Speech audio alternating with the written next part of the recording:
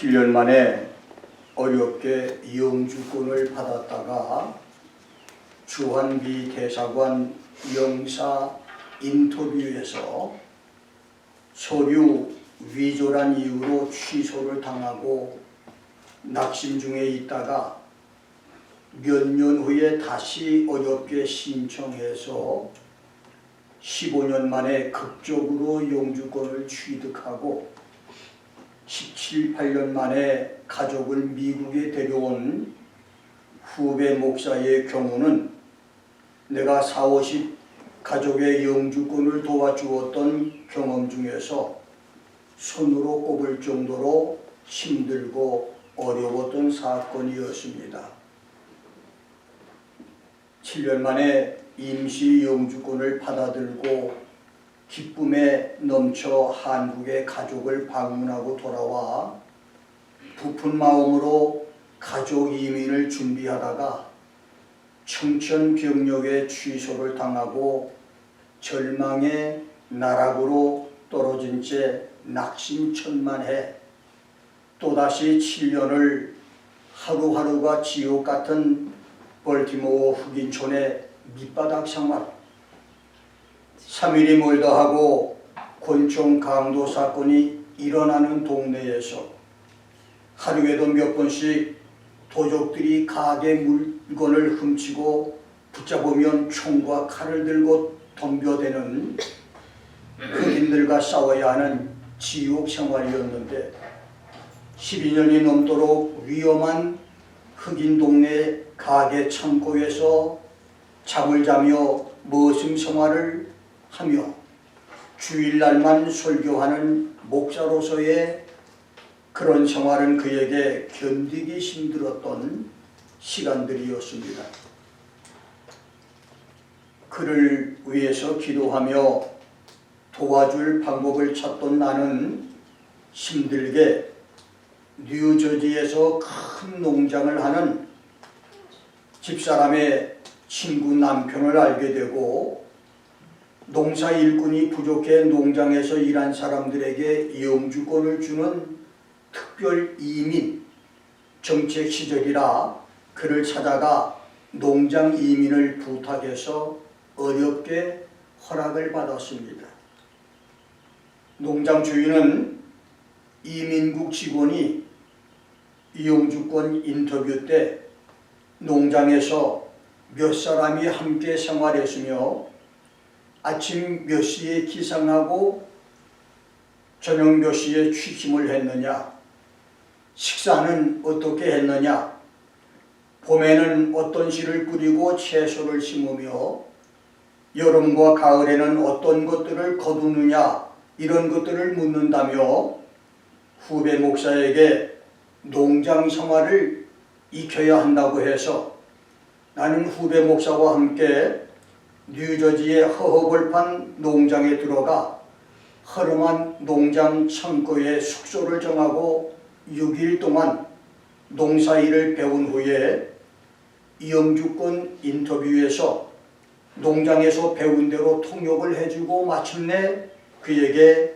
농장 이민 영주권을 받게 해 주었습니다. 20여 년 전 내가 조지아주 아틀란타 집회를 인도할 때 만난 것이 인연이 돼서 나를 믿고 볼티모어까지 따라온 그를 도와주었던 작은 간증입니다. 2002년 우리가 성전 부지를 구입하고 조그만 성전을 세운 후에 야산에 우르창창한 나무들을 베어 처리하고 작은 언덕을 도저로 밀어서 평지를 만들 때였습니다. 도저로 서너 시간만 더 하면 평지 작업이 끝나는 때 교회 앞 대로를 지나가던 카운티 직원이 교회로 들어와서 평지 작업 퍼밋을 요구하면서 작업 중단을 지시하고 내일까지 도저로 밀어버려서 벌게진 벌거숭이 땅에 잔디씨를 뿌리고 그 위에 밀집을 덮으라. 그렇지 않으면 교회 출입을 못한다고 하는 워닝 티켓을 주고 떠났습니다.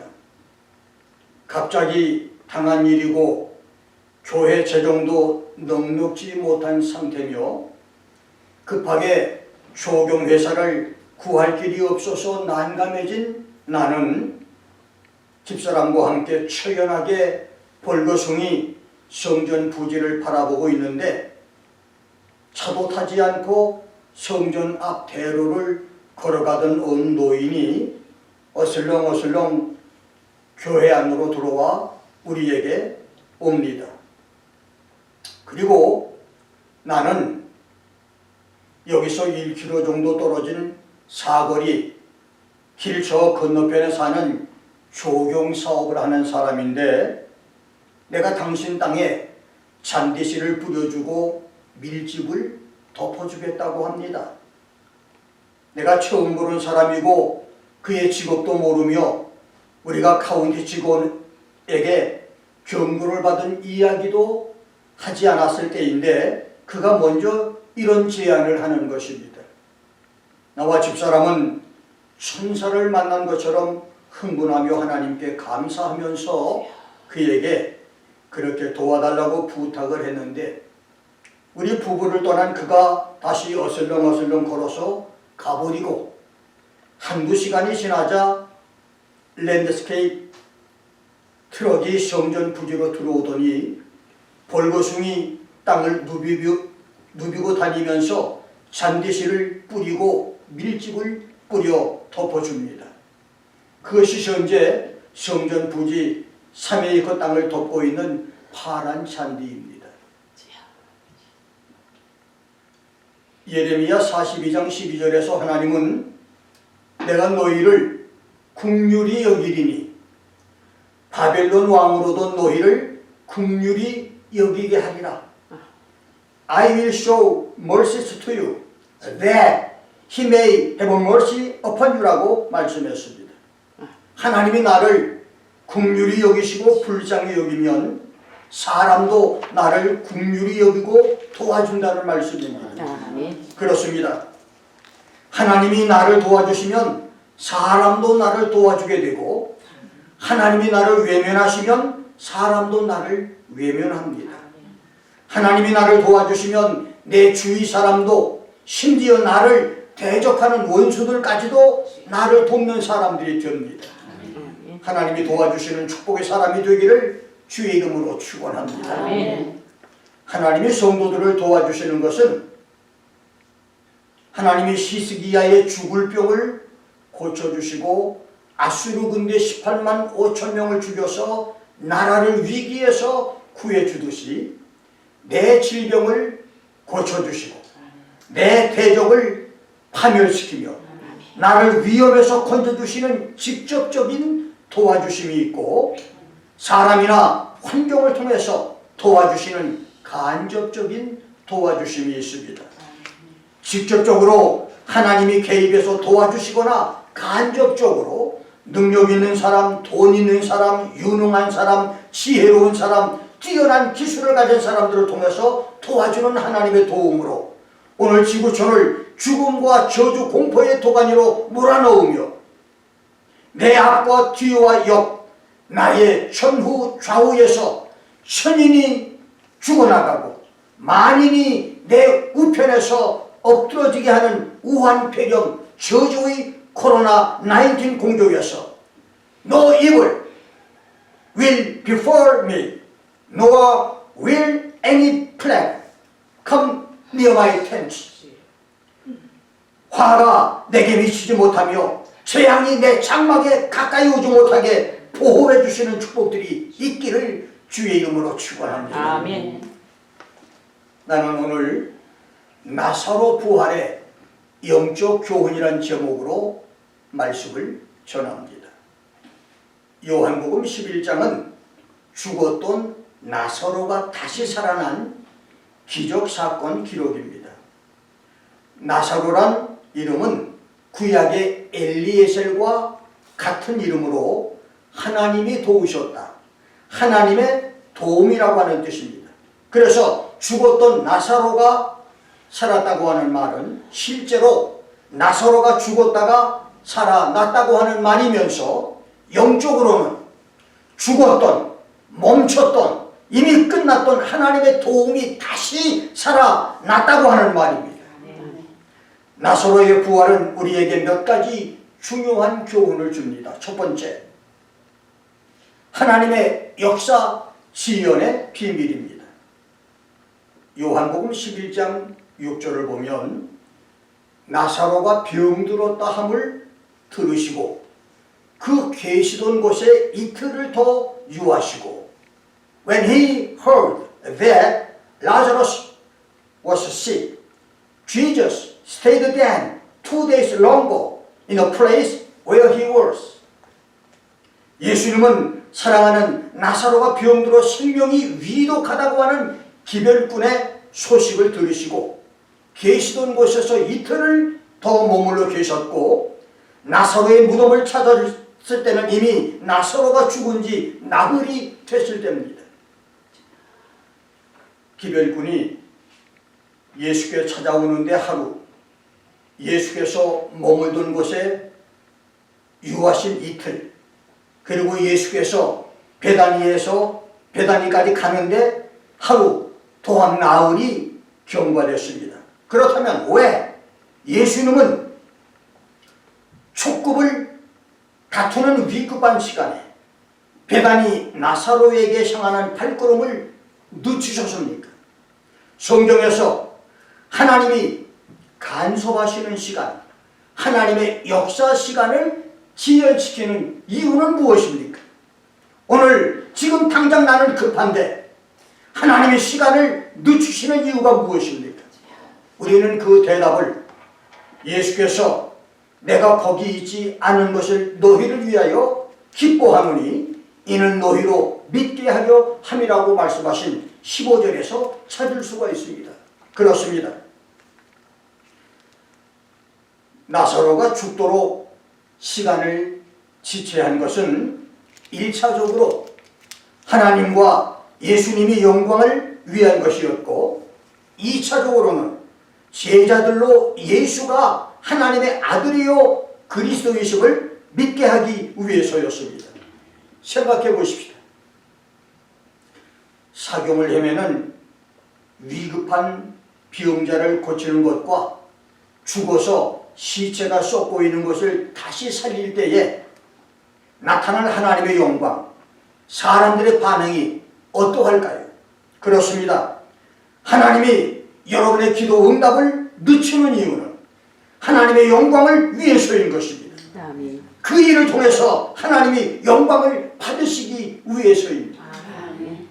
짧지 않은 나의 목회 53년 차에서 나는 하나님이 뒤늦게 나타내시는 역사의 지연을 통해서 하나님의 오묘한 섭리와 뜻을 발견한 것이 수없이 많습니다. 나는 지금 당장 바쁘고 초급하고 초조한데 하나님은 전혀 무응답, 무반응, 무관심으로 대하셨을 때 처음에는 하나님이 나를 버리신 것으로 생각해서 실망과 좌절이 있었지만 시간이 지나고 나니 그것이 주의 뜻이었음을 깨달은 것이 너무 많다는 말입니다. 저 놀라운 이스라엘의 기적적인 출애굽 역사를 보십시다. 하나님은 창세기 15장 13절에서 아브라함에게 400년 만에 내 자손을 이집트에서 자유를 얻게 하겠다고 약속했습니다. 그런데 출애굽기 12장 41절에서는 430년이 마치는 그날에 It came about at the end of the 430 years to the very day. 여호와의 군대가 모두 이집트에서 나왔다. All of the host of the Lord went out from the land of Egypt라고 말씀했습니다. 하루가 몇 년 갔던 때에 하나님은 아브라함과의 약속을 파기하고 출애굽 역사를 30년이나 지연했습니다. 그것은 이집트를 탈출시키는 영도자 모세가 준비가 덜 됐기 때문이었습니다. 만일 약속대로 400년 만에 출애굽을 했다면 모세는 준비가 전혀 되지 않은 50세였을 때니 출애굽 역사 시작인 모세와 바로와의 대결은 이란 격속의 무모한 전투였을 것이고 저 힘들고 거친 광야 40년 여정은 생각도 할 수 없었을 것입니다. 그렇습니다. 나와 여러분 생애를 향한 하나님의 역사 개입의 지연, 예수님의 응답 지연에는 심오하고 신묘한 뜻이 있습니다. 나 개인적으로 하나님 약속이 50년, 40년, 30년, 20년이나 지연되고 있는 것도 많은데 그래서 많은 세월 동안 오해도 했었지만 지나고 보니 지금은 그 모든 것이 예수님의 계획인 것을 알고 감사하고 있습니다. 하나님의 역사 지연에 감사함으로 축복을 받아 누리는 성도들이 되기를 주의 이름으로 축원합니다. 아멘. 두 번째, 돌을 옮겨 놓으라. 예수님을 만난 마르다와 마리아 자매는 주께서 여기 계셨다면 내 오라비가 죽지 않았을 것입니다.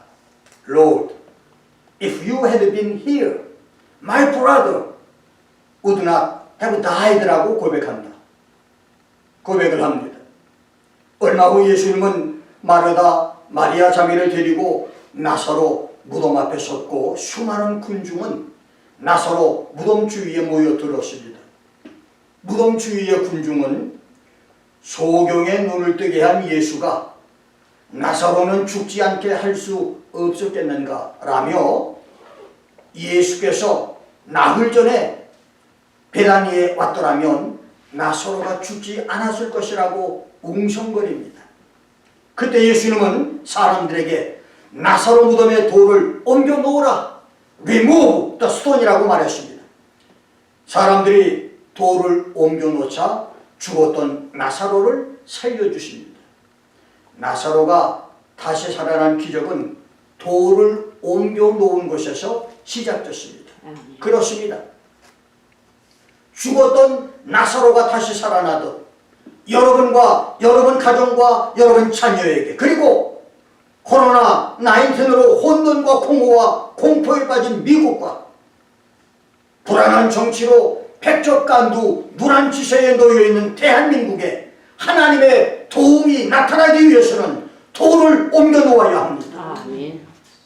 하나님과의 막힌 돌, 하나님의 도움을 가로막고 있는 돌, 하나님의 눈을 피하려 하는 돌을 옮겨 놓아야 합니다. 돌들을 옮겨 놓음으로 여러분 삶에서 하나님의 도움이 다시 살아나는 기적들이 있기를 주의 이름으로 축원합니다. 아멘. 성경엔 돌이라고 하는 단어가 대략 396번이나 언급됐는데 우리들이 옮겨 놓아야 할 영적인 돌은 첫째, 하나님을 경홀히 여기는 경솔하고 소홀한 생각, 이 마음입니다. 출애굽기 19장 13절에서 하나님은 하나님을 가볍게 여기고 하나님이 임재하시는 거룩한 시내산에 제멋대로 올라가는 사람은 돌에 맞아 죽거나 살에 쇠여 죽을 것이라고 경고했고 에스겔서 23장 36절부터 42절에서는 사마리아와 예루살렘, 오홀라와 오홀리바, 이스라엘과 유다의 제사장들이 자녀들을 불살라 드리는 우상 숭배와 음행과 간음을 저질렀던 그 당일에 성소에 들어와서 제사를 드려 성전을 더럽혔기 때문에 두 나라가 멸망을 당했다고 했습니다. 우리 마음속에서 하나님을 두려워하지 않고 가볍게 여기며 소홀히 여겼던 그 돌들을 옮겨 놓아야 하나님의 긍휼과 도움이 있을 것입니다. 두 번째, 예레미야 2장 27절에서는 하나님을 버리고 타락한 이스라엘이 나무를 향하여 너는 나의 아비라 부르고 돌을 향하여 너는 나를 낳았다고 말한 우상 숭배로 이스라엘의 왕들과 족장들과 제사장들과 선지자들이 수치를 당했다고 했으니 오늘도 우리 중에서 나무와 돌을 섬기는 모든 우상 숭배, 자기의 지혜나 미모, 자기 자녀나 식구, 잠자기를 좋아하거나 쾌락을 좋아하는 것, 돈, 명예, 권세 등 하나님보다 더 사랑하는 우상 숭배를 버려야 나사로 하나님의 도움이 살아난다는 말입니다. 세 번째, 에스겔서 11장 19절과 36장 26절에서는 이스라엘의 굳은 마음, 강팍한 마음, 이것을 The Heart of Stone, 돌 같은 마음이라고 했으니 돌처럼 단단한 마음, 차돌 같은 옹고집과 아집, 하나님 말씀과 주의 은혜가 들어갈 수 없는 완고한 마음을 옮겨놓아야 하나님의 도움이 살아날 것입니다.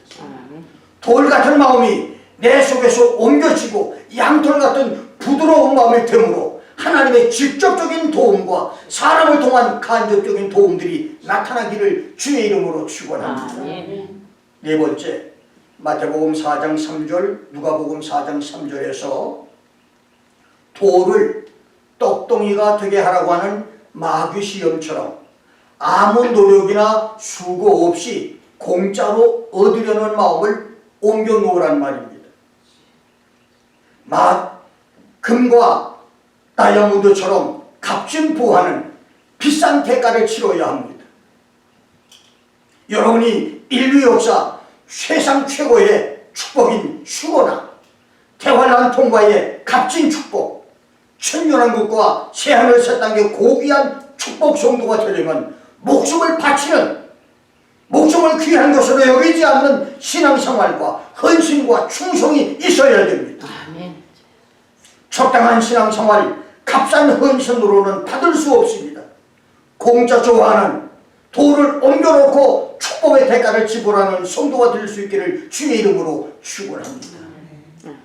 다섯 번째는 마태복음 13장 20절 21절, 마가복음 4장 16절 17절, 누가복음 8장 13절 말씀처럼 하나님의 말씀을 들을 때는 기쁨으로 아멘 할렐루야를 했지만 환난이나 핍박이 오면 쉽게 믿음을 배반하고 넘어지는 뿌리가 없는 신앙과 말씀의 열매를 맺지 못하는 신앙의 돌을 옮겨 놓아야 하나님의 도움, 나사로가 살아나는 역사가 있습니다. 여섯 번째, 요한복음 8장 7절처럼 죄 지은 이웃, 실수한 이웃, 간음 중에 잡힌 여인을 향해서 들고 있는 돌을 옮겨 놓아야 합니다. 이웃의 죄를 정죄하기 전에 나도 남모르게 죄를 지었고 나도 언젠가는 실수할 수 있다고 하는 마음으로 정죄의 돌을 옮겨 놓는 은혜들이 있기를 주의 이름으로 축원합니다. 일곱 번째, 여호수아 4장 1절로 24절에서는 여호수아는 이스라엘 12지파가 하나님의 기적으로 요단강을 건널 때 제사장들이 법궤를 메고 섰던 자리 요단강 물속에 돌 12개를 세우고 요단강에서 들고 나온 또 다른 돌 12개는 요단강변 길갈에 세워서 영원한 기념비석이 되게 했습니다. 예수께서 돌을 옮겨 놓으라, take away the stone, remove the stone이라고 하신 말씀은 여러분 속에서 기념비로 세워놓은 돌들을 제거하라는 말입니다. 나에게는 62년 신앙생활 중에서 기념비로 기억할 사건이 적지 않습니다. 고등학교 소년 시절에 산에 올라가 1년 8개월 동안 설교 연습을 한 것, 고등학교 3년 동안에 신약 성경을 97번을 읽은 것, 충북 단양 7년 목회에서 7년 동안 강대상에서 자며 기도한 것, 20대 초반에 하나님이 내게 주는 이 황금검은 한국교회의 10번째로 주는 검이며 마지막 검이라고 3번을 연거푸 나타나셔서 주었던 계시 말씀, 3번이나 하나님의 불기둥을 실제로 보고 만졌던 신비 기적, 바위 틈에서 이마를 무릎 사이에 집어넣고 엘리야처럼 7년 동안 기도한 것, 금식 기도와 굶는 것으로 양쪽 폐에 동공에 생겨 피를 토하는 폐병으로 입대 3일 만에 의가사로 제대를 했지만 폐병 때문에 병원에 가보거나 한 알의 약도 먹지 않고 하나님의 능력으로 치료를 받은 것, 그리고 7년 단양의 체험보다 훨씬 더 많은 미국 생활 45년에서의 신비 체험과 기념비 같은 기적들을 자랑거리로 생각한다면 이스라엘이 요단강 물속과 길갈에 세운 돌기둥처럼 기념하고 자긍하며 자랑하고 자부할 것이 얼마든지 많이 있습니다. 그렇지만 나는 그 많은 기적을 기억하고 감사는 하지만 그 모든 기념비 돌을 내게서 멀리 옮겨놨습니다. 왜? 지금이 중요하기 때문입니다. 아멘. 과거의 역사도 중요하지만 지금이 더 중요하기 때문에 기념비적인 그 많은 간증들을 다 쳐쳐놓고 현재를 충실히 살려고 몸부림치기 때문입니다. 여러분도 요단 강물 속에 12돌과 길갈의 12돌처럼 기념비적인 간증들이 있을 겁니다. 지은정 권사는 새벽 기도로 영주권 신청 3, 4개월 만에 이민국 직원 얼굴도 모르고 인터뷰도 없이 영주권을 받은 기념비적인 간증이 있고, 박승진 집사는 방광암으로 수술을 받기 위해 병원에 갔다가 수술 직전에 내가 의사들을 설득해서 수술을 연기한 후에 나와 온 교회가 합심으로 금식 기도를 했다가 암이 흔적도 없이 사라진 기념비적인 간증이 있으며, 홍민아 전도사는 3년여 동안 새벽 4시에 일어나 뉴저지로 장거리 운전을 하며 신학 공부를 하고 새벽에 집으로 돌아오는 시련과 연단 중에서 수많은 하나님의 축복을 받은 기념비적인 간증이 있고, 27년 미국 생활에서 많은 아픔과 연단과 시련을 통과하며 축복을 받고 주기도문 교회를 자기 영혼을 맡길 마지막 교회로 정하고 김 목사와 교회를 생명을 다해 섬기는 김기홍 집사, 20년 이상 미국과 한국에서 이산가족으로 헤어져 살면서 수없는 시련과 연단을 통과하고 하나님의 축복으로 마침내 가족이 하나 된 김선천 집사의 기념비적인 간증, 일일이 열거할 수 없지만 주기도문 성도 한 사람 한 사람 모두는 기념비적인 놀라운 간증들을 가지고 있습니다. 그런데 예수님은 나사로가 다시 살기 위해서는 하나님의 도움이 살아나기 원한다면 그 기념비적인 돌을 옮겨 놓으라고 말씀하십니다. 과거의 화려한 축복 기억에 안주하지 말고 오늘의 신앙을 바로 가지라는 말씀입니다. 사무엘상 15장 12절에서 하나님의 기다리심이 끝나려는 마지막 순간, 하나님이 자기를 포기하려는 순간에도 그것을 깨닫지 못하고 아말렉과의 전쟁에서 이긴 승리감에 도취해서 전승 기념비 돌비를 세우고 시희낙낙하며 자기 용맹과 실력을 자랑하다가 하나님께 버림받은 사울처럼 어리석게 살 것이 아닙니다.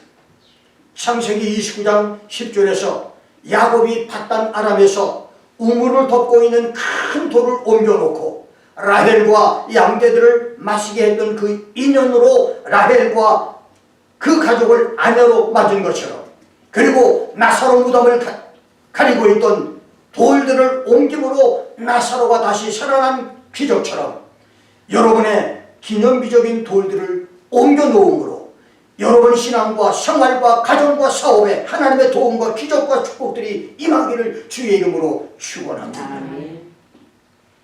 세 번째, 나사로야 나오라입니다.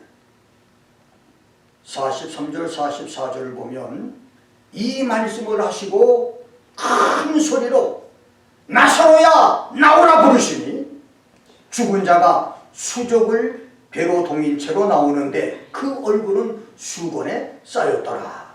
그렇습니다.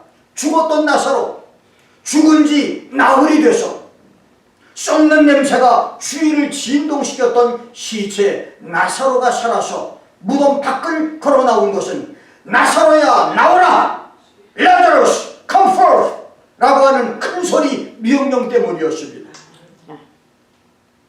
큰 소리로 명령하고 부른다고 잠자는 사람 깨어나도 죽은 시체가 깨어날 수 없는 것은 상식입니다. 그래서 예수의 명령은 무덤 속에 누워있는 죽은 나사로라 들으라고 한 것이 아니었습니다. 예수께서 나사로야 나오라고 큰 소리로 명령한 것은 마르다와 마리아 자매와 무덤 주위의 모든 군중들이 듣게 하려는 의도였습니다. 그렇지 않다면 나사로가 무덤에서 걸어 나올 때 군중들은 어떻게 해서 나사로가 무덤에서 걸어 나오게 되는지 알 수 없기 때문입니다. 그렇습니다. 여러분을 통해서 하나님의 기적이 나타날 수 있는 것은 여러분이 큰 소리 명령해서입니다. 하나님이 천지 창조 엿새 동안의 기적은 Let there be light, Let there be firmament, Let the waters under the heaven be gathered together into one place. 빛이 있으라, 궁창이 있으라, 천하의 물이 한 곳으로 모이라고 하는 명령 한마디에 있었으며 예수님의 공생의 42번의 기적도 예수의 명령 한마디에 있었으며 사도들도 기적 한마디, 명령 한마디에서 놀라운 기적들이 일어났었습니다. 그러므로 우리를 향한, 우리를 통한 하나님의 기적도 우리의 큰 소리 명령에 있습니다. 큰 소리로 명령하십시오. 담대하게 명령하십시오. 두려워 말고 명령하십시오. 예수의 이름으로 하나님의 도움은 나타날지어다. 예수의 이름으로 암덩어리는 떠나갈지어다. 예수 이름으로 코로나19는 사라질지어다. 한 길로 들어왔던 모든 저주는 7길로 떠나갈지어다. 여러분의 큰 소리 명령이 입에서 외쳐지는 것마다 순간순간마다 기적들이 나타나기를 주의 이름으로 축원합니다. 마지막 네 번째, 풀어서 다니게 하라. 예수님은 돌무덤에서 삼배와 수건으로 동인 채 로바트처럼 기우뚱기우뚱 걸어나오는 나사로를 보신 후 마르다 마리아 자매에게 나사로의 묶인 것을 풀어서 다니게 하라. Loose him and let him go. Unbind him and let him go. 라고 말씀했습니다. 이것은 나사로의 부활을 믿을 수 없는 듯이 서서 두려워 떨고 있는 마르다와 마리아를 안심시키고 나사로가 살았다는 것을 모든 사람에게 공포하고 알려주기 위해서였지만 영적으로는 우리가 이웃과의 묶인 것, 맺힌 것, 엉긴 것, 꼬인 것, 미움과 증오의 앙금들을 풀어놓으라는 말씀입니다. 그렇습니다. 우리가 예수의 은혜로 죄 사함받아 구원의 사람이 되고 성령을 받고 능력을 받으며 각종 은사를 받았다 할지라도 이웃과의 묶인 것들을 풀어놓지 않으면 다시 죄에게 사로잡혀 마귀 귀신의 종과 죄의 종노릇을 할 수밖에 없습니다. 더러운 똥이 있는 곳에 똥파리가 모여들듯이 마귀는 이웃을 미워하고 증오하고 용서하지 못하는 그 틈을 이용해서 다시 여러분 속에 들어올 수가 있는 것입니다. 묶인 것들을 풀어놓으십시오. 지금까지 오해하고 미워하던 마음의 매듭들을 풀어놓으십시오. 이웃과의 묶인 미움과 증오, 멸시와 용서 못함에 꼬인 매듭들을 풀어놓으십시오. 하나님과 묶였던 것도 풀어놓으십시오. 물질과 묶였던 것도 풀어놓으십시오. 그리고 마음의 상처로 자신을 묶고 있었던 자기 학대와 열등의식과 자기 비하, 자기를 용서하지 못한 마음까지 풀어놓으십시오. 그것이 완전한 자유입니다. 거기서부터 참된 자유와 기쁨이 있고 축복이 있습니다. 나사로 무덤 속에는 죽은 시체만 있었던 것이 아닙니다. 절망, 좌절, 자기학대, 미움, 중호, 현실 도피, 사람 기피도 있었습니다. 지금까지 나를 묶고 있었던 모든 것들을 풀어놓아 다니게 하십시오. 하나님의 도움, 나사로가 살아나게 하십시오. 스스로 마음을 소생시켜 새 마음으로 축복을 쟁취하기를, 이 부활절이 되기를 주의 이름으로 축원합니다. 아멘. 기도하겠습니다. 우리 아버지 하나님,